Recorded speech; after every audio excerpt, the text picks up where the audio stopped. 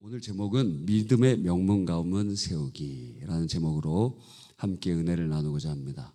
제가 이 목이 딱 걸려서 하나 풀어도 괜찮을까요? 네, 먼저 풀어놨습니다. 많은 사람들이 가정이 믿음의 명문 가문이 되기를 원합니다. 여러분도 그러한 가정이 되기를 원하시죠? 그러기 위해서는 첫 번째 조건이 가정이 복음화돼야 됩니다. 주 예수를 믿으라. 그리하면 너와 내 집이 구원을 얻으리라. 주님의 은혜가 가득 넘쳐서 가족 모두가 구원받는 그러한 역사가 일어나기를 바랍니다. 또한 중요한 것은 자녀들이 최소한 여러분 정도의 신앙이 되어서 또 다른 그 신앙의 가정을 세워가고 믿음을 전승할 수 있어야 된다는 거예요. 그게 믿음의 명문 가문 아니겠습니까? 오늘 본문은 출애굽하려는 이스라엘 백성에게 무교절을 지키라고 하시면서 이 믿음의 전승이 어떻게 이루어지는가를 우리에게 잘 보여주고 있습니다. 무교절은 어떤 명절일까요?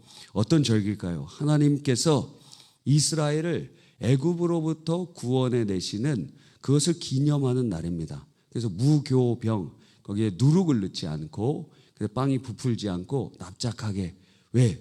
주님께서 6월절 바로 그 역사를 이룬 다음에 바로 나가라고 하셨기 때문에 이 떡이 부풀어 오를 시간이 없었어요. 무교병으로 누룩이 없는 떡으로 가면서 출애굽의 역사가 일어나고 홍해의 역사가 일어나고 하는 것을 기억하도록 하는 것입니다. 그래서 이 무교절은 6월절과 딱 연관이 되어 있어요. 6월절은 언제죠? 6월절은 이스라엘 달력으로 1월 14일, 그 1월 14일에 저녁에 시작이 됩니다. 그런데 그때 어린 양을 이제 잡아서 식탁 교제를 하고 예수님께서 그 마지막 만찬하신 게 6월절 만찬이거든요. 예수님께서 떡을 가지고 축복하시고 이게 다 6월절 예절 의식에 규례 의식에 다 정해진 대로 주님이 떡을 가지고 기도해 주시고 포도주를 나누시고 하셨던 그 모습들이거든요. 그런데 이때 어린 양을 처음에 언제 선택하느냐? 유대력 1월은 우리나라로 하면 3월과 4월 사이에 3월과 4일. 예를 들어 3월 15일부터 4월 15일이라고 하면 유대력 1월 10일은 3월 말 정도가 되겠죠. 그러니까 이 유대력 1월 10일에 어린 양을 선택해요. 이거 하나님 앞에 드릴 어린 양이다. 그리고 6월절 마지막 잔치를 할 어린 양이다. 그리고 4일이 지난 1월 14일 이스라엘력으로 1월 14일 저녁에 잔치를 벌입니다. 그런데 여러분이 창세기에 보면 어떻게 하루가 바뀌죠? 저녁이 되고 아침이 되니, 아침이 되고 저녁이 되고가 아니에요. 저녁이 되고 아침이 되니 이렇게 말씀하세요. 왜? 유대인들은 날의 시작이 저녁 6시, 저녁이에요, 저녁. 그러니까 저녁이 되고 아침이 된다는 것은 새로 시작된 새로운 날이 된다는 것을 의미하는 거예요. 그러니까 6월절 1월 14일 저녁은 동시에 무교절 첫날이 되는 거예요. 무슨 말인지 아시겠습니까? 무교절은 1월 15일 날 시작이 되는데 6월절 잔치가 언제 이루어져요? 1월 14일 저녁에 이루어져요. 그러면 저녁부터 하루가 시작되기 때문에 15일과 14일이 연동되는 그날에 6월절이 시작되고 6월절 그때부터 이제 무교절이 일주일 동안 시작이 되는 것입니다. 그 일주일 동안 사람들은 부풀어 오른 빵 먹지 못하고 맛없는 딱딱한 빵 그리고 일주일 동안 먹으면서 주님께서 우리를 애굽에서 구원해 내셨구나. 그것을 기억하도록 하는 것입니다. 그래서 일주일 동안 이제 이 명절을 지킵니다. 여러분 우리 추석 때 한 3일 쉬죠? 중국은 며칠 쉬는지 모르겠어요. 일주일 쉬나 한 달 쉬는지. 오래 쉽니다. 여기는 일주일 동안 이제 합니다. 그때 첫날과 마지막 날 무엇을 하냐면 성회를 열어요. 성회 다 모인다는 사람들이 모이고 7일 동안 화제를 하나님 앞에 드리고 그리고 누룩을 다 제하고 무교병을 먹습니다. 집에서는 무엇을 하느냐? 그 자녀들에게 그때 무교절 시간대 여기 띠 있죠, 띠. 띠에다가 가죽 띠에다가 거기에 하나님의 말씀을 기록해서 손을 이렇게 묶어요. 이렇게. 그럼 이쪽에서부터 여기까지 마치 여러분이 옛날 부추 보면 이렇게 감아갖고 신는 부추 아세요? 예, 그런 것처럼 손을 그렇게 위에서부터 아래까지 한쪽 손을 이렇게 감아요. 그 줄에는 말씀이 기록되어 있어요. 그게 이 말이에요. 손에 표시를 하고 그리고 이마, 미간에다 조그만 상자 같은 것에다가 양피지 4조각 거기다가 말씀을 쭉 써놨어요. 오늘 읽은 출애굽기 13장의 말씀도 기록이 돼 있어요. 4가지의 출애굽기 또 신명기의 말씀을 적어갖고 여기 조그만 상자를 여기다 놓고 거기다가 무교절에 그 사람들이 여기다가도 상자를 이렇게 머리끈으로 만들어갖고 여기다도 놓고 하나님의 말씀을 이 끈으로 손에다도 묶고 입으로도 암송을 시켜요. 입으로도 읽고 암송을 일주일 동안 사람들이 명절을 지내면서 그렇게 하도록 하는 것입니다. 그러면서 아들에게 아버지가 무교절의 의미를 가르쳐주고 그리고 이러한 일들을 진행하는 것입니다. 그러면서 믿음이 전승되도록 하는 거예요. 누가 해요? 아버지가 아들에게, 부모가 자녀에게. 믿음의 전승은 누구에게 책임이 주어져 있어요? 부모에게 주어져 있다는 거예요. 제사장에게 있는 게 아니에요. 백부장에게 있는 게 아니에요. 누구에게 있느냐? 부모에게 있어서 자녀에게 믿음을 전승한다 하는 것입니다. 그래서 이 절기는 부모의 신앙을 전수하는데 굉장히 큰 역할을 감당하게 됩니다. 그래서 이 절기를 통하여 절기를 통해서 3가지의 역사가 일어나는데 첫 번째는 기억입니다. 그래서 절기를 통해서 이룰 목적의 첫 번째가 뭐라고요? 기억이에요. 하나님께서는 무교절을 통해서 하나님의 그 역사, 구원의 역사, 당대 초강대국이었던 애굽에서 이스라엘 자손을 구원해 내심을 기억하기를 원하셨어요. 여러분 지금 몇 시입니까? 10시 48분이에요. 지금 피곤할 시간이 아니에요. 피곤할 시간이에요. 졸릴까요? 안 졸릴까요? 졸릴 수도 있어요. 다 졸린 건 아닌데. 그러니까 여러분이 이제 다음 주부터는 저한테 카톡으로 뭘 보내주냐면 재밌는 얘기를 보내주세요. 여러분이 잘 것 같으면 재밌는 얘기를 하고 여러분이 쓰러질 것 같으면 재밌는 얘기하고 또 찬송 잘 부르는 사람들 여기 대기하고 있으세요. 그래서 누군가 좋을 것 같으면 나와서 노래하라고 나와서 노래하라고 그러니까 준비하고 있어요. 여기 앞에 쭉 앉아갖고 준비하고 계세요. 하나님의 말씀에 집중하기 위해서입니다. 그러니까 절기를 통해서 첫 번째 무엇 한다고요? 기억하는 거예요. 뭘 기억해요? 무교절은 하나님께서 능하신 손으로 우리를 구원해 내셨다. 그 일주일 동안 유교병 누룩이 없는 그 누룩이 들어가 있는 빵을 먹지 않으므로 그것을 기억하고 그것을 가리키고 말씀을 입으로 암송하고 말씀을 여기 이마에 미간에다가 놓고 손에 감고 그렇게 하면서 기억하는 것입니다. 여러분 이것이 왜 이렇게 중요한지 아십니까? 역설적으로 우리가 잊는 존재이기 때문에 그래요. 시간이 지나면 그렇게 잊어져요. 뭐가 잊어집니까? 여러분 성도님들 이름이 다 기억나요? 내가 아는데 기억이 안 나. 점점 이름도 잘 기억이 안 나기도 하고 어떤 공부하는 것도 때가 있다 그러잖아요. 어렸을 때는 한번 외우면 안 잊어버리는데 지금 뭐 여러분이 제자훈련 사역훈련 하면서 성경 암송 구절 이렇게 하면은 60세 이상은 봐줘요. 제가 30번 써오라 그래요. 막 암송하려고 그러면 어떻게 하는지 아십니까? 힘들어요. 근데 문제는 암송했는데 다 잊어버린다는 거예요. 지금 로마서 8장 다 왜 암송하신 분들 다시 불러다가 한번 암송하라 해볼까요? 금방 잊어버리는 거예요. 그 기억이 나다가도 없어지고. 그런데 그럼 젊은 사람들은 안 잊어버리느냐? 많이 잘 잊어버리지 않지만 놀라운 것은 하나님에 대한 것은 잊어버린다는 거예요. 왜? 영적인 일이기 때문에. 3가지를 잊어버려요. 첫 번째, 하나님의 은혜를 잊어버려요. 하나님께서 내게 주신 은혜, 우리 인간은 얼마나 악한지, 이거는 전체적인 얘기를 일반화하는 게 아닙니다. 어떤 호주인가 어디에서 그 우크라이나인가 어디에 있던 아이를 입양해 왔어요. 입양해서 잘 키웠는데 애가 폭력적인 성향을 막 발현하면서 나중에 경찰이 와서 보니까 이 집에 피가 가득한 거예요. 그랬더니 걔가 그 양부모를 살해했어요.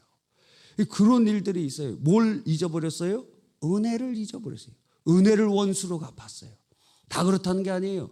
양자들이 얼마나 귀한 양자들 많습니까? LG 회장도 지금 양자잖아요.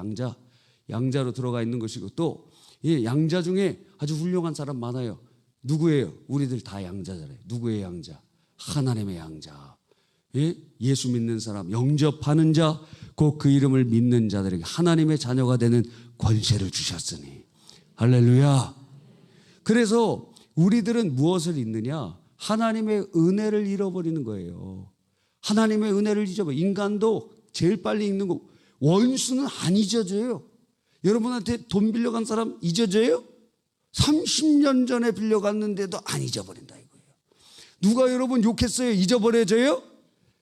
안 잊어버려진다고. 욕한 사람은 다 잊어버렸는데 가해자는 다 잊어버렸어요. 뭐 한지도 몰라요. 그런데 우리들은 마음에 상처가 있어갖고 그 사람 돈 빌려준데 안 갚은 사람, 욕한 사람, 그 사람 잊을 수가 없는 거예요. 그런데 은혜는 금방 잊어버려요. 누군가가 도와준 거, 누군가가 우리를 위해 기도해 준 거, 심지어 주님이 우리에게 베풀어 주신 은혜도 잊어버리는 거예요. 우리 잊어버려요. 주께서 우리를 죄와 사망과 저주의 권세에서 구원해 내신 것을 기억하는 사람이라면 오늘 주님 뜻대로 살기로 결정하고 주가 쓰시겠다 하면 내 시간이든지 물질이든지 재능이든지 다 주님 앞에 드려야 될 것 아닙니까? 그런데 우리는 무엇을 잊어버리느냐? 은혜를 잊어버린다는 거예요. 그냥 주님의 은혜, 예전에는 예수님의 이름만 불러도 눈물이 핑 돌았는데 그런데 은혜를 잊어버리니까 예수님의 이름을 불러도 감동이 안 돼요. 그 은혜를 잊어버리는 거예요. 은혜를 잊어버리는 그러한 모습들이 우리에게 나타난다는 것입니다. 그래서 시편 106편 13절에 그러나 그들은 그가 행하신 일을 곧 잊어버리며 주님이 우리의 삶 속에 하신 일들을 잊어버린다는 거예요. 그 누구냐? 우리들이라는 거예요. 우리 잊어버리는 사람들이. 두 번째, 자, 우리는 무엇을 잊어버릴까요? 두 번째, 바로 하나님의 말씀을 잊어버립니다. 잠언 2장 17절에 하반절에 보니까 그의 하나님의 언약을 잊어버린 자라. 또 시편 119편 139절에 내 대적들이 주의 말씀을 잊어버렸으므로 하나님의 말씀을 잊어버리는 거예요. 그래서 무교절에 손에다가 말씀을 묻고 이마에다가 그 조그만 함에다가 하나님 말씀을 기록하고 입에다가 하나님의 말씀을 암송하도록 하는 거예요. 왜? 두 번째로 잊어버리는 것이 하나님의 말씀이기 때문에 그래요. 그래서 사탄의 역사는 우리에게 하나님의 말씀을 멀어지게 만들어요. 하나님의 말씀을 읽지 못하게 하고 암송하지 못하게 하고 묵상하지 못하게 만들어요. 왜? 하나님의 말씀을 잊어버리면 세 번째로 연결됐는데 그 다음 차례가 하나님을 잊어버리는 거예요. 자, 정리해 봅시다. 첫 번째, 하나님의 은혜를 잊어버려요. 두 번째, 하나님의 말씀을 잊어버려요. 세 번째, 하나님의 말씀을 잊어버리면 하나님을 잊어버린다는 거예요.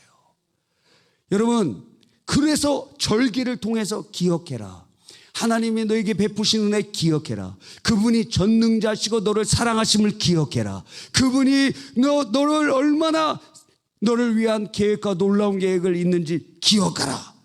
여러분, 하나님을 잊어버리면 어떻게 되느냐?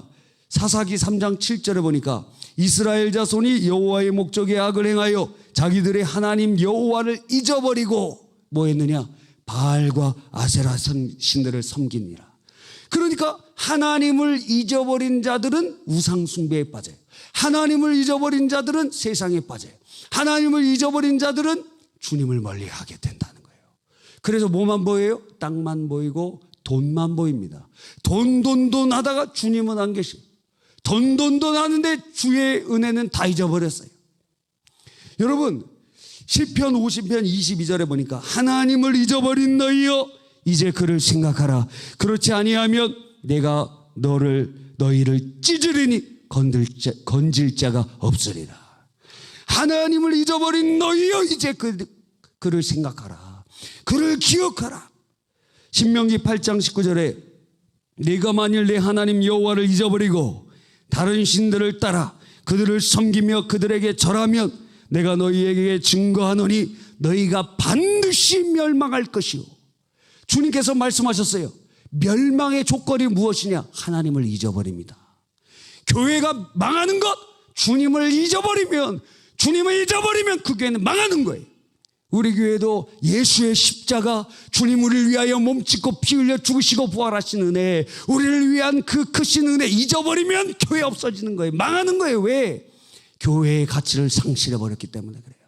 성도가 하나님의 은혜를 잊고 하나님 말씀을 잊고 하나님을 잊어버리면 그 사람에겐 소망이 없는 거예요. 여러분, 우리의 삶이 이렇다는 것이에요. 하나님의 이 은혜를 잊어버리고 하나님의 말씀을 잊어버리고 하나님을 잊어버리는 거예요. 그 영적 치매가 와서 아버지가 어디 계시지? 아버지 잊어버리는 거예요. 치매에 걸린 사람들이 참 불쌍해요. 우리 가운데 그런 분이 없기를 바라고, 혹시 그런 증상이 있으면 주님 고쳐주시길 바랍니다. 주께서 은혜 주시길 바랍니다. 치매가 어떻게 진행이 되냐면 처음에는 건망증과 이렇게 구분이 안 돼요. 그러다가 2단계로 가면은 내가 가까이 있었던 기억부터 지워져요. 그래서 지금 내가 아는 사람들부터 모르게 돼. 그리고 그게 깊어지면 질수록 옛날 기억조차 지워져요. 옛날 기억. 그러면서 나중에는 어떻게 되느냐? 뇌가 막 파괴가 되니까 이제는 먹는 것도 기억이 나지 않고, 먹고 계속 먹어도 배가 고프고, 그리고 나중에는 몸도 못 움직여요. 요 사이에 자기 가족도 잊어버리고 몸도 망가져 가는 그 사이에 무슨 일이 일어나냐면 밖에 나가요. 옛날에 그런 일 많았어요. 옛날에 시골에 할아버지 할머니들 치매 걸리면 밖에 나가죠. 밖에 나갔는데 문제는 무엇이냐? 집에 돌아오는 길을 잊어버렸어요. 여기 어디지? 내가 여기 왜 있지? 그 잊어버리는 거예요. 그래서 치매로 인하여 행방불명되거나 밖에서 돌아가신 분이 상당히 많아요. 옛날엔 굉장히 그런 일이 많아서 그 자녀들이 하는 일이 무엇이냐면 치매 걸린 부모님 찾으러 가는 거예요. 어디 가셨을까 막 찾으러 가는 거예요. 여러분, 우리들도 영적인 이러한 현상들이 일어나 이제는 하나님이 우리를 사랑하시고 우리를 향한 놀라운 계획을 가지고 계시고 그 사랑이 십자가에서 나타냈는데도 다 잊어버려요. 그 잊어버린 증거가 무엇이 찾아와요? 염려가 찾아오고 근심이 찾아오고 돈만 보이고 이 세상 것만 보이다가 주님은 안 보여요. 주님을 의지하진 않게 돼요. 여러분, 그런데 이 절기를 통해서 주님께서는 하나님께서 전능하신 분으로 그 초강대국 애굽에서도 건져내셨다. 하나님께서 너를 사랑하시되 이렇게 사랑하신다. 신약으로 표현하면 주님 우리를 사랑하시되 하나님의 아들을 우리에게 보내주셔서 그 예수님 우리를 위하여 십자가에 죽으시고 부활하셔서 우리를 죄와 사망의 권세에서 살려내셨다. 그거 기억하는 거예요. 우리가 성찰을 하는 이유도 바로 거기에 있잖아요. 주님의 우리가 여러 말씀들이 있는데 우리의 신앙은 십자가에 있습니다. 우리의 신앙의 중심은 예수께 있습니다. 그래서 예수님을 바라보는 것 아니겠습니까? 할렐루야. 여러분, 그러니까 이렇게 하나님을 잊어버린 우리에게 주님께서는 은혜를 주시기를 베풀어서 절기를 주시는 거예요. 절기. 물론 신약 시대에 예수님께서 이 땅에 오셔서 절기의 의미를 다 이루셨어요. 안식일의 의미를 다 이루셨어요. 그래서 우리가 구약식으로 초막절, 맥주절, 오순절, 유월절, 무교절, 그래서 안상홍 중에 내가 와갖고 유월절 지킵니까? 이런 거 하면 사탄아 물러가라. 왜? 예수께서 다 지키셨으니까. 예수께서 다 이루셨으니까. 안식일의 주인이 예수님이시니까. 안식일의 정신도 다 이루셨고 그리고 모든 절기도 다 이루셨어요. 그래서 우리가 지금 무교절 지켜요? 유월절 지켜요? 안 지켜요. 그런데 중요한 건 무엇이냐? 그 안에 흘러오는 정신은 그대로 신약시대에도 흘러온다는 거예요. 율법의 핵심이 무엇이에요? 하나님을 사랑하는 것, 이웃을 사랑하는 거예요. 그것이 성령 안에서 우리 안에 적용되고 있는 거예요. 그래서 신약 시대에는 다른 절기들을 안 지키지만 부활절 지키고 크리스마스 지킵니다. 사실 부활절, 크리스마스 그렇게 정해놓고 안 지켜도 돼요. 왜? 예수께서 다 이루셨기 때문에. 그러나 그 의미를 기억하면서 하나님 앞에 우리를 위하여 죽으시고 부활하신 예수님을 기억하고 우리를 위하여 이 땅에 죽으려고 오셨던 예수님을 기억하며 크리스마스, 부활절 그렇게 예배를 드리는 것입니다. 그런데 다른 절기는 우리는 다 거의 안 지키죠. 맥주절도 감사로 드리고 하지만 원래 구약에 있는 의미로 우리가 그렇게 하진 않아요. 그러나 정신이 흘러온다. 그래서 여기서 우리가 한번 생각해 볼 것이 있는데 그 모든 절기들을 축약해서 우리는 주일, 신약의 안식일인 주일을 기억해 볼 수 있는 것입니다. 우리는 주일날을 통해서 주님의 은혜를 기억하는 거예요. 주일은 작은 부활절이에요. 그 부활이 얼마나 중요한지. 예수님 우리를 위하여 십자가에서 죽으시고 3일 만에 부활하신 것이 얼마나 위대한 일인지, 우리를 죄와 사망과 저주에서 구원해 내신 놀라운 구원의 완성이기 때문에 예수님께서 절기와 안식일 다 완성하셨지만 예수님의 부활을 통하여 우리가 새 생명을 얻고 그리고 하나님의 백성이 되었으니 우리 다 모여서 한 날을 정하여 하나님을 예배하고 경배하자.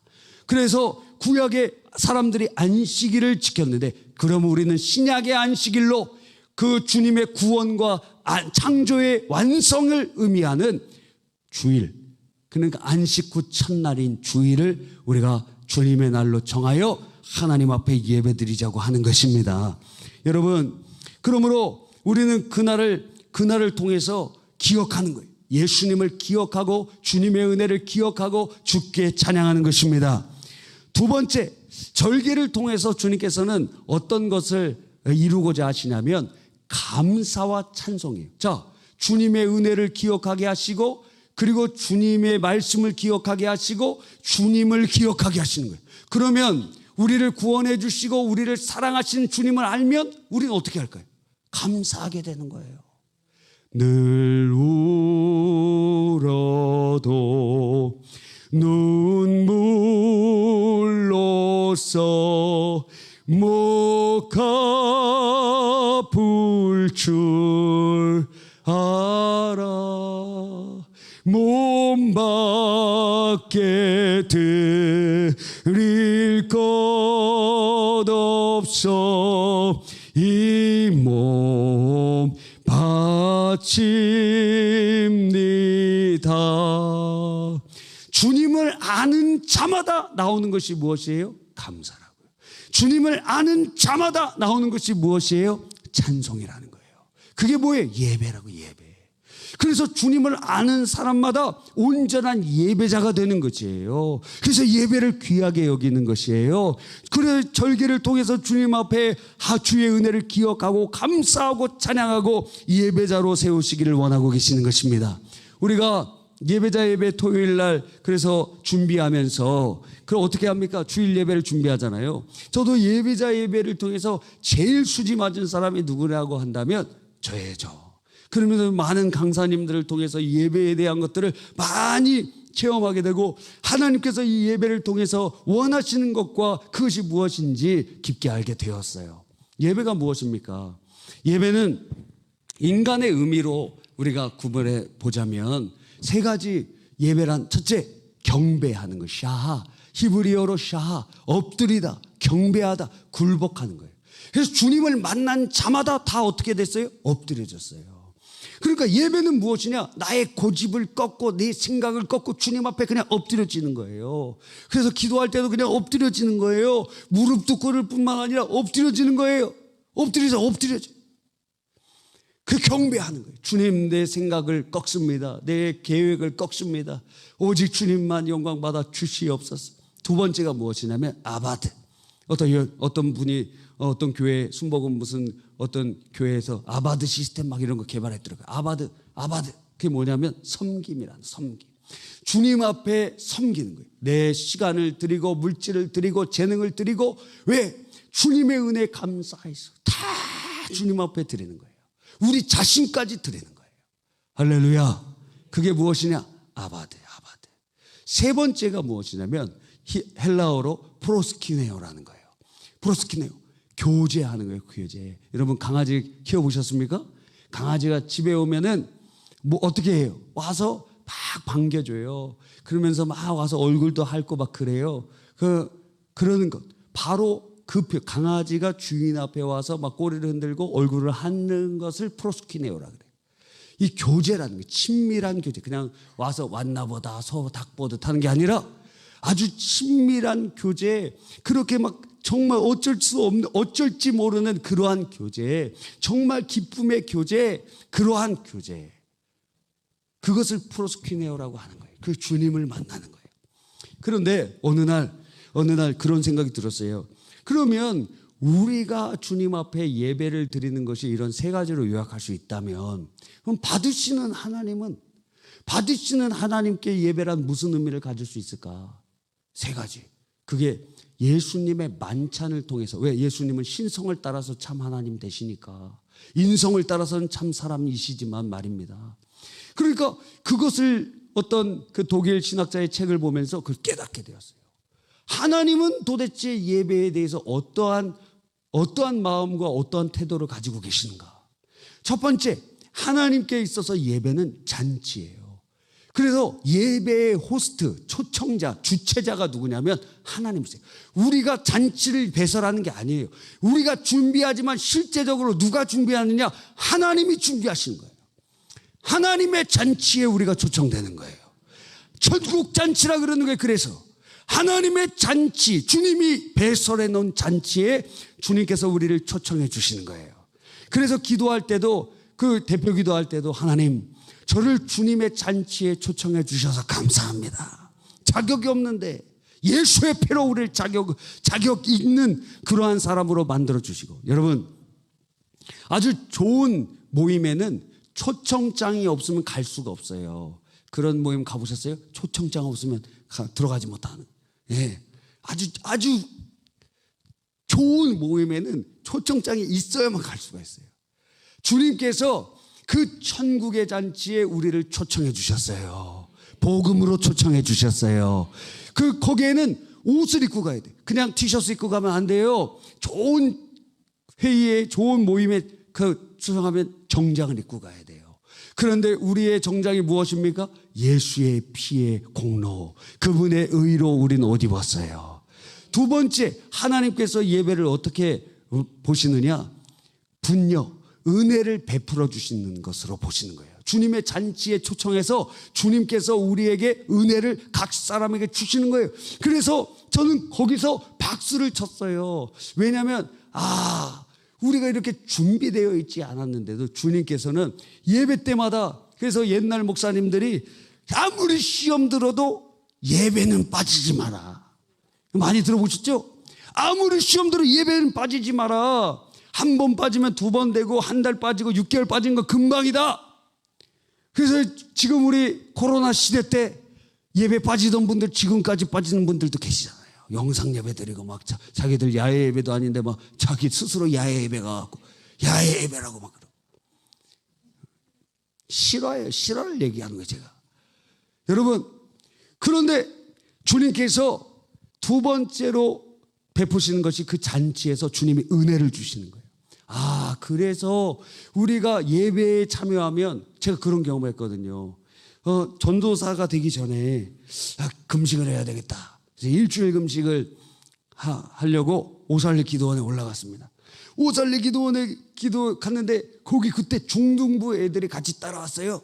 같이 따라와서 기도했어요. 저도 일주일 금식하겠습니다. 중등부 일주일 금식해 본 사람.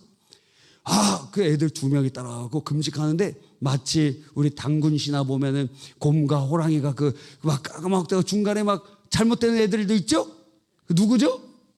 호랑이가 잘못되잖아요. 그 중에 둘 중에 어떻게 됐느냐? 한 명은 금방 시험 들었어요. 가서 그 금식하는 사람이 많은데 거긴 또 죽도 팔고 먹을 것도 팔거든. 냄새에 미혹이 돼갖고 한 명이 가서 얼마 되지 않아서 미혹당했어요. 그래서 너 힘내라. 죽 먹고 힘내서 더 해라. 그러면 죽만 먹는 게 아니라 과자도 먹고 막 여러 가지 막 먹는다 이거예요. 그 다음에 한 명이 버티다가 한 4일째인가 5일째 걔도 넘어졌어요. 여러분, 걔네 둘 다 지금 교회에서 안 보여요. 둘 다 교회 안 보여요. 저는 이제 거기서 여름인데 아직도 기억나요. 그 벤치에서 터덜터덜 앉아있고 금식하는데 힘들어 죽겠어요. 덥긴 덥고 힘들고 기도도 안 되고 예배도 얼마나 힘든지. 하루에 4번 예배가 있는데 새벽 예배, 낮 예배, 오후 예배, 저녁 예배. 너무너무 힘든 거예요. 그래서 다 줄여서 저녁 예배만 가자. 혹은 낮 예배, 저녁 예배만 가자. 혹은 이제 나중에는 저녁 예배도 가지 말자. 막 이런 마음이 막 들더라고. 그런데 이게 시간이 지나면 지날수록 힘들잖아요. 힘드니까 가고 싶은 마음이 안 들어요. 수요예배인가 하여튼 그 수요예배인데 가는데 그때 강사가 누군지도 기억나. 윤효군 목사님 아시죠? 그 TV에 막 나오시는 분, 탤런트 같이 생기신 분 있잖아요. 막 그러면서 여기도 뭐 이렇게 꼽아놓고 이렇게 지금 비하하는 게 아닙니다. 이렇게 노래도 이렇게 부르시면서 글씨도 잘 쓰시고 화강교회 담임 목사님이셨는데 옛날에 그분이 설교하시더라고요. 그분이 또 어떨 때는 뭐 영상으로 예배를 드리기도 하고 하여튼 그게 어떤 예배인지 제가 정확히 기억은 나지 않지만 하여튼 기억이 나요. 예배 드리기 싫은데 마음속에서 그래도 양심은 있어갖고 그래도 가자. 그래서 예배 드리러 가자. 그래서 가서 거기 뒤에 가고 거기는 신발장도 제대로 안 되어 있어요. 뭐가 있느냐? 비닐봉지 준다 이거예요. 비닐봉지에다가 신발 이렇게 넣어놓고 맨 뒷자리 왜 끝나면 바로 나가려고. 맨 뒷자리에 거기에 이렇게 앉았어요. 앉아갖고 설교를 듣는데 은혜 받았을까요? 못 받았을까요? 은혜 못 받았어요. 배고파갖고. 은혜 못 받았어요. 은혜를 못 받았는 줄 알았는데 끝나고 나가는데 힘이 생기더라고요. 그래서 금식을 마칠 수가 있었어요. 할렐루야. 여러분, 오늘 이 자리에 와서 잠 많아. 그래서 잘 왔어요. 하나님께서 은혜 주실 줄 간절히 믿습니다. 아멘. 그래서 예배에 주님께서 무엇을 주시느냐? 은혜를 주신다는 거예요. 분여. 세 번째는 무엇이냐면 예수님께서 잡히시던 날 밤에 뭐 해주셨어요? 그렇게 떡을 떼어 분여해 주시고 은혜를 이렇게 나눠주셨는데 그 다음에 뭐 했었어요? 제자들의 그 하루 종일 걸었던 먼지 있었던 발을 씻어주시는 거예요. 그때 손을 딱 쳤어요. 아니 어떨 때 보면은 부흥회나 어떤 수련회 같은 거 보면은 쟤는 준비 기도에 한 번도 안 나왔어.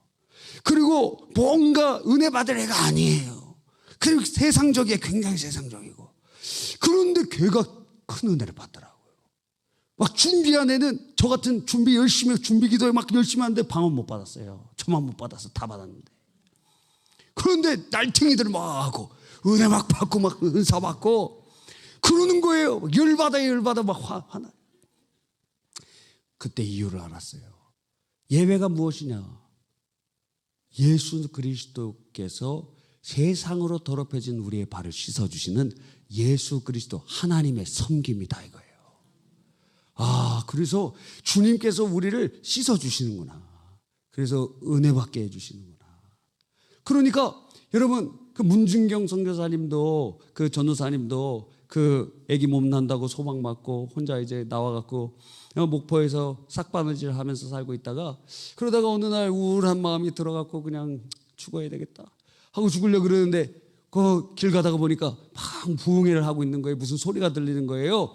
같이 싹바느질 하던 사람이 언젠가 교회 한번 가자고 하는 얘기가 생각이 나서 어차피 죽을 거 여기 한번 가서 한번 드러나 보자 하고 들어갔는데 거기 강사님이 누구였냐면 이성복 목사님이었어요.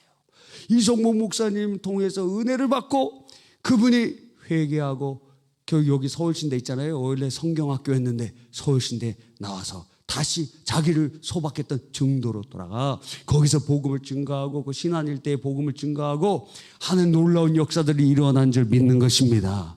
여러분, 그 사람 준비됐었어요?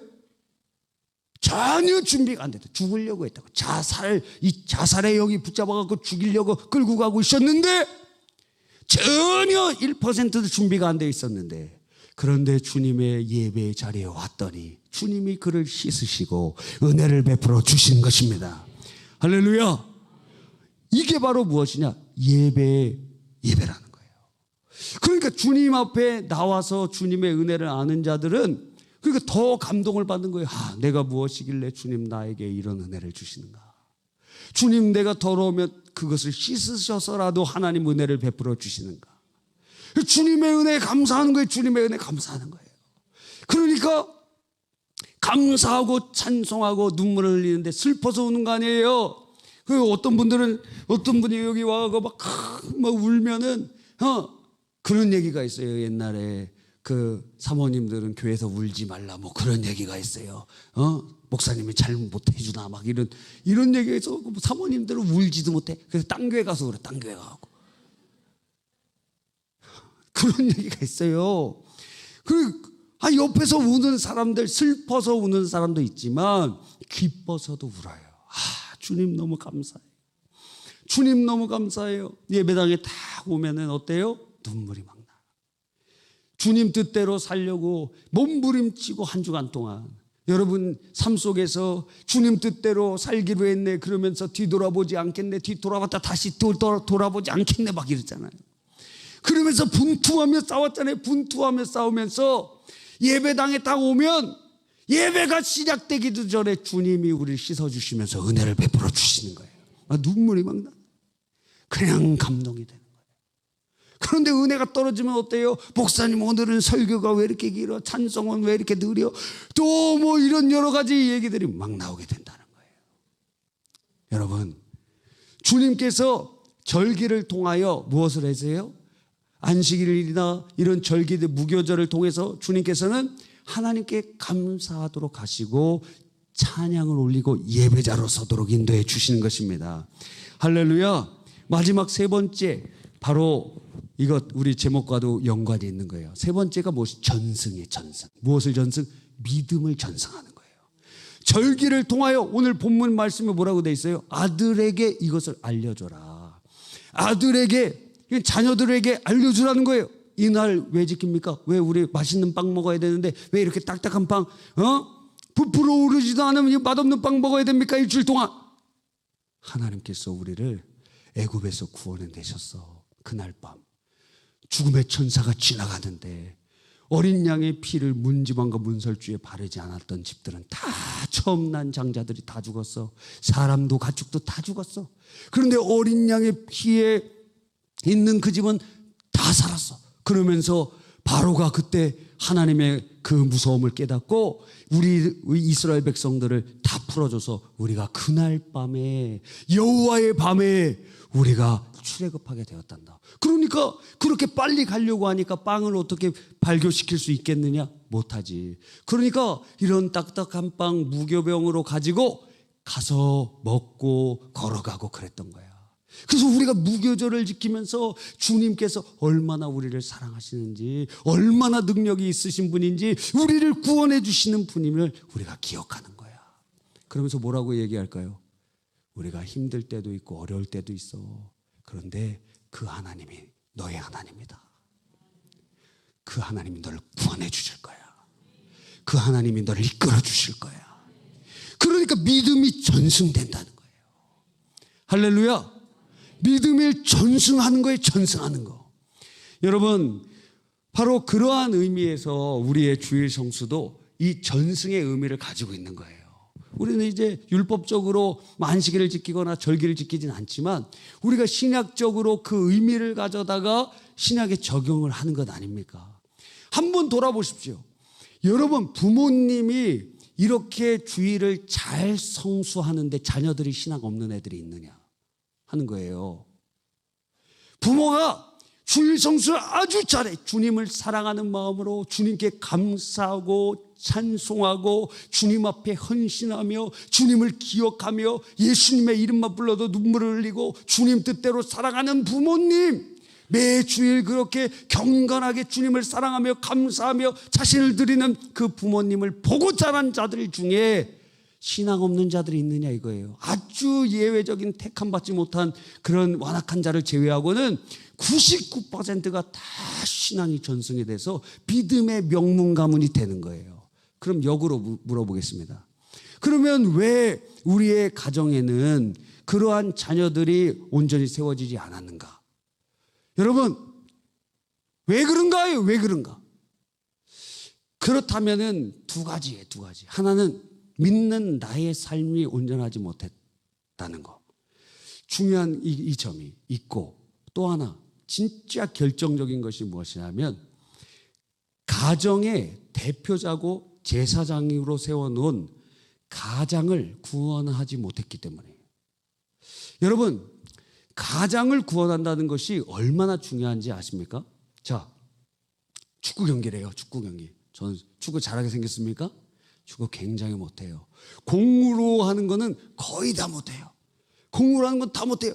축구 막 예전에 제가 청년 때 저기 부명 중학교인가 거기서 축구 대회가 일어났어요. 청년부 축구 대회 있어요. 그래서 막 축구하는데 어떻게 했냐면 포문 주장인데 누가 툭 건드면 쓰러져, 툭 건드면 쓰러져. 그때 제 지금 아내랑 연애 중에 있었는데 그렇게 잘 넘어지는 사람은 처음 봤다는 거예요. 축구를 하는데 그냥 넘어지고 어떻게 뺏지도 못하고 막. 축구를 잘못 배워서 그래요. 중학교 때 어떻게 배웠냐면 골문 앞에 업사이드 맨날 업사이드 하고 업사이드에서 와서 그냥 흘러오는 거 또 예. 업사이드 슛에 다. 그런데 이 주님 앞에서 이 주일 성수할 때 자, 축구를 하다 보면은 국가대표팀의 주장 여기를 찹니다. 그러면 누가 파울을 범했어요. 그럼 막 항의하잖아요. 그러면 그 사람은 경고를 받아. 근데 대신 여기 주장 마크가 있는 사람이 가서 하면은 심판이 들어줘요. 그 얘기를. 물론 잘 안 들어주지만 하여튼 들어줘요. 여러분, 이런 것이에요. 어떤 유기성 목사님이 이런 얘기를 하셨어요. 어떤 교회의 집사님이 유기성 목사님 인터넷에서 설교 너무 은혜롭게 잘 들어서 저희 교회 강사님으로 초청하고 싶습니다. 누가? 어떤 집사님이. 자, 그러면 그 목사님이 그 교회 갈 수 있습니까? 없습니까? 왜 못 가요? 담임 목사님이 허락한 게 아니잖아요. 그럼 담임 목사님이 유기성 목사님이랑 얘기를 하면은 스케줄을 조율할 수도 있고 모실 수도 있는 건 협의가 가능한 것 아닙니까? 여러분의 가정에 주님께서 대표로 세우는 사람이 성경은 남편이라고 얘기하고 있어요. 자, 그러니까 그 대표이면서 제사장의 역할을 감당하는 그 남편이 예수를 믿지 않았어요. 그러면 여러분의 삶에 있는 문제 그리고 주님 앞에 간구하는 것들 여러분의 믿음이 명문가문이 되는 것이 하나님 앞에서 가능할까요? 가능하지 않을까요? 가능하지 않아요. 왜? 대표가 지금 하나님 앞에 직접 간구해야 되거든요. 여러분의 집안에 문제가 있어요. 예를 들어 재산에 어려움이 있고 혹은 관계에 어려움이 있습니다. 또 질병의 어려움이 있고 가정에 문제가 있습니다. 그러면 누가 가서 하나님 앞에 기도해야 돼요? 누가 가야 돼요? 대표가 가야 될 거 아니에요. 대표가. 집사가 가고 우리 교회 설교해 주세요. 그럼 되냐고요. 가정의 대표로 가장을 세워놨다는가요?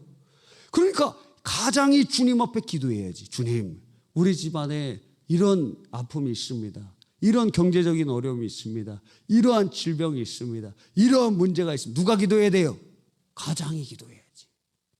그래서 지금 이 자리에 남전도에 또 예비 남전도에 오신 분들 축복합니다.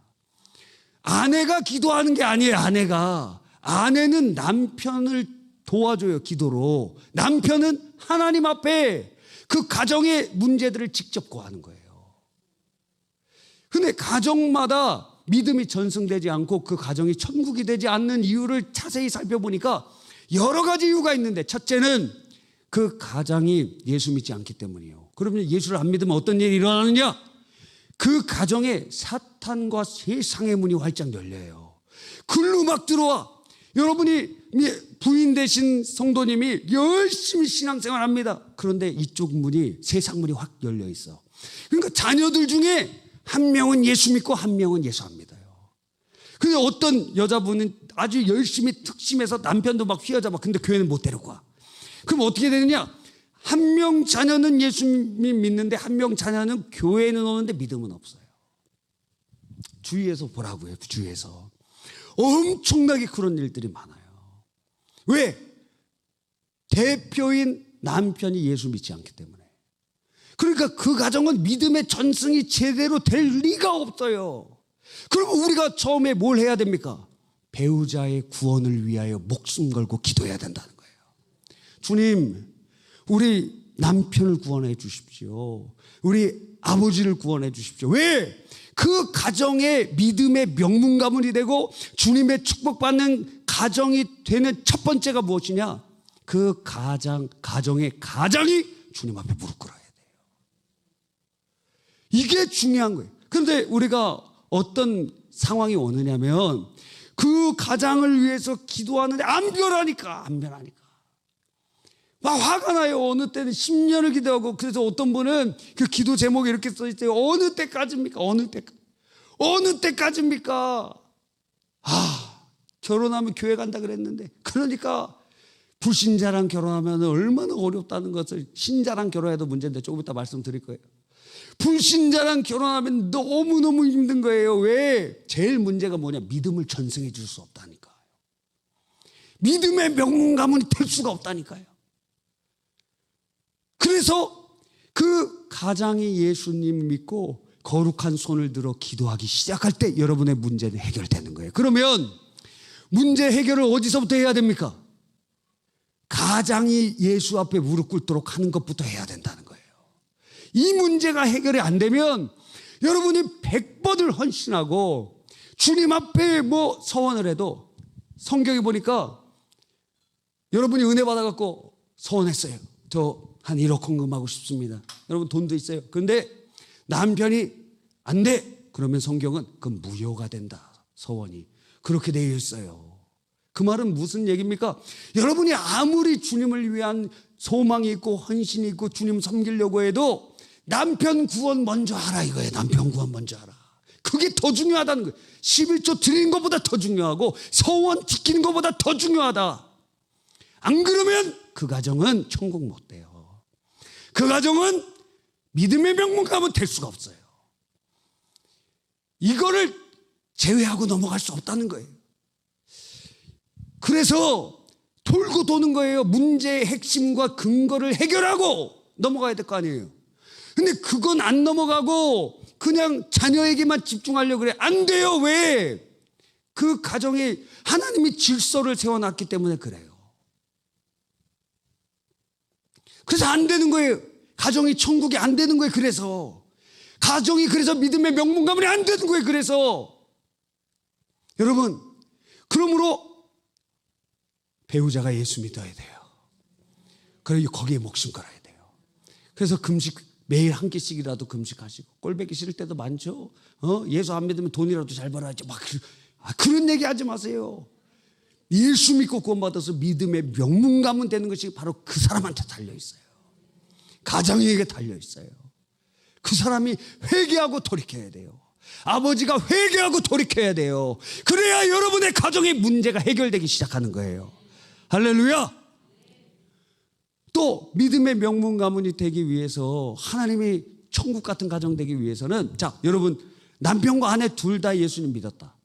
그런데 그 가정의 대표를 누구를 세웠다는 거예요? 능력의 차이가 있어서가 아니에요. 하나님께서 그냥 세워놓으신 거예요. 누구를? 남편을 세워놓으신 거예요. 그런데 문제는 같이 교회를 와도, 아니 지금 철야에 와도 왜 여러분 혼자만 오느냐 이거예요. 지금 책망하려는 게 아니에요. 남편들 어디 갔어? 남편들 지금 TV 보고 있으면 지금 이게 정상이냐 이거예요. 남편 어디 갔느냐 이거예요. 남편들. 자, 여기에 딜레마가 있는 거예요. 분명히 예수님 믿는 가정이 되었어요. 이제 하나님 은혜로. 그런데 남편의 신앙이 아내의 신앙보다 좋지 못하면 무엇이 일어나요? 영적 불균형이 일어나는 거예요. 그러면 그 가정이 천국이 되지 못해. 그러니까 여러분은 무엇으로 말해요? 믿음으로 말한다고요. 근데 남편은 육신에 속한 사람처럼 말을 해요. 그러니까 분명히 교회도 같이 다녀요. 여러분이 제일 많이 언제 싸워요? 교회 오기 전에 싸우잖아. 당신 왜 이렇게 늦어? 왜 이렇게 늦어? 여러분, 그런데 이 남편의 신앙이 그러니까 아내를 능가해야 돼요. 그러니까 기도는 누가 더 많이 해야 돼요? 남편이 많이 해야 돼요. 남편이 주님 앞에 무릎 꿇어야 돼요. 남편이 주님 앞에 아뢰야 돼요. 남편이 주님이 이 가정을 위하여 축복 기도해 줘야 돼요. 남편이 철야 기도 나와서 부르짖어야 돼요. 그게 그 가정을 하나님께서 천국되게 하고 믿음의 명문 가문 되도록 이끌어 주시는 비결 중에 하나라는 거예요. 여러분, 이것이 너무너무 중요한 거예요. 그래서 남편을 구원할 뿐만 아니라 남편의 신앙이 업그레이드 돼야 되는 것입니다. 할렐루야. 그러니까 이게 불균형이 되니까 결국에는 영적 주도권을 누가 잡아요? 아내가 잡는 거예요. 그러니까 아내가 영적으로 리더가 되니까 하나님은 누굴 리더로 세웠어요? 남편을 세워놨는데 아내가 리더십을 가지고 있으니까 이게 충돌하면서 그 가정에 파도가 역으로 막 치면서 문제가 예수 믿는데도 문제가 일어나는 거예요. 예수 믿는데도 그 가정이 평강이 없는 거예요. 예수 믿는데도 불화가 일어나는 거예요. 왜? 남편이 영적 주도권을 잡지 못하니까. 그래서 이렇게 우리 결혼하는 삼총들이 이렇게 보면은 남자들이 주도권을 잡아야 돼요. 무슨 주도권? 영적 주도권을 잡아야 된다. 더 기도해야 돼. 예? 기도 시간 없으면 금식이라도 해야 돼. 어떤 분이 그 나중에 말씀드리도록 하겠습니다. 싫어한데 나중에 말해요. 여러분, 가정을 축복받기 위해서도, 가정의 문제가 해결되기 위해서도 가장이 예수 믿고 가장이 은혜 받고 가장이 기도해야 된다는 거예요. 그만큼 중요한 것이. 그런데 우리가 이것은 도외시하고 다른 문제를 해결하려고 하는 거예요. 지금 돌아가고 있어요. 돌아가고 있다. 그러니까 가정이 수십 년이 지나도 천국이 되지 못하는 거예요. 그러니까 믿음의 명문 가문이 되지 못하는 거예요. 자녀들에게 믿음을 전승해 줄 수가 없는 거예요. 가장이 구원받지 않고 은혜 받지 못하기 때문에 그런 것입니다. 여러분, 그러므로 가장 믿음의 명문 가문이 되고 싶습니까? 가장이 예수님 믿어야 됩니다. 가장이 믿음 위에 서야 됩니다. 가장이 성령 충만 받아야 됩니다. 가장이 거룩한 손을 들고 기도해야 됩니다. 가장이 말씀으로 자녀들을 가르쳐야 하는 것입니다. 가장이 신앙을 계승하는 통로가 돼야 되는 것입니다. 여러분, 오늘 이 철회에 나오신 남전도회 분들 너무너무 사랑해요. 여러분, 정말 중요한 분들이, 여러분이 은혜 받으면 여러분 가정 천국 되는 거예요. 여러분이 기도하면 그 가정의 문제가 해결되는 거예요. 여러분이 주님 앞에 헌신하면 믿음의 명문 가문으로 하나님께서 놀랍도록 인도해 주시는 것이에요. 할렐루야. 이 철야에 여러분의 배우자들이 점점 더 함께 나와 기도하는 그런 날이 되기를 바랍니다. 나중에는 남전도회 엄마 여기 앞에다 다 앉힐 거예요. 남전도회 엄마. 지금은 저 뒤에 앉혔어요. 저 뒤에 이제 나중에 자리 바꿈이 있을 텐데, 먼저 된 자가 나중되고 나중된 자가 먼저, 이 앞에다 남전도회 와서 남전도회가 은혜 받고 하나님의 놀라운 역사가 일어나는 줄 믿습니다. 교회도 마찬가지예요. 교회 언제 부흥하느냐? 남전도회가 부흥될 때 교회도 부흥돼요. 옛날에 우리 교회 전도하려고 남전도회가 빨간 티셔츠, 아직도 기억나요. 빨간 티셔츠 입고 자전거 타고, 그때 그 사람들 일을 했을까요? 안 했을까요? 다 일하는 사람들이었어요. 다 힘들어요. 그런데 저녁에 와서 기도하고 전도하려고 자전거 타고 가서 전도하고, 누가? 남전도회예요. 그러한 역사들이 일어나는 거예요. 할렐루야.